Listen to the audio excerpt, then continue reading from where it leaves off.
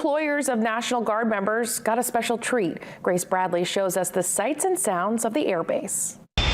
Those who serve in the National Guard and Reserve make frequent sacrifices, but so do their civilian employers. Here in the Maine Air Guard, we have about 800 people here in the wing, and of that, we have about 350 that are full-time members, but the rest are drill status guardsmen. And so our airmen that are doing missions are also their employees. Sometimes when the service member needs to wear his or her military hat, it may not be a great time for the civilian employer. So there's a relationship there that the civilian employer and the employee need to understand, that sometimes there's short notice, but the benefit of having the military member in the civilian employer's business is just so great. Maine employer support of the Guard and Reserve act as a mediator to ensure fairness and legality between servicemen and women and their civilian employers.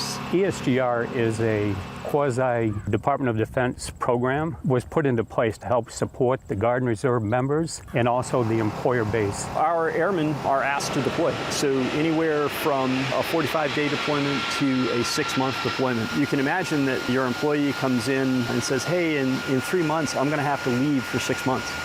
That's a burden on the employer. So, we want to say thanks for allowing their members to serve and giving them the flexibility to go and serve in that capacity.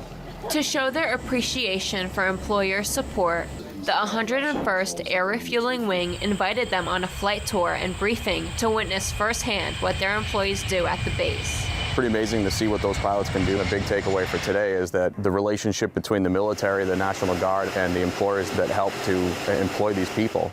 They spend time away from work and family to support our country and what we work so hard for and what we live for, so it's just something that's nice to be given back.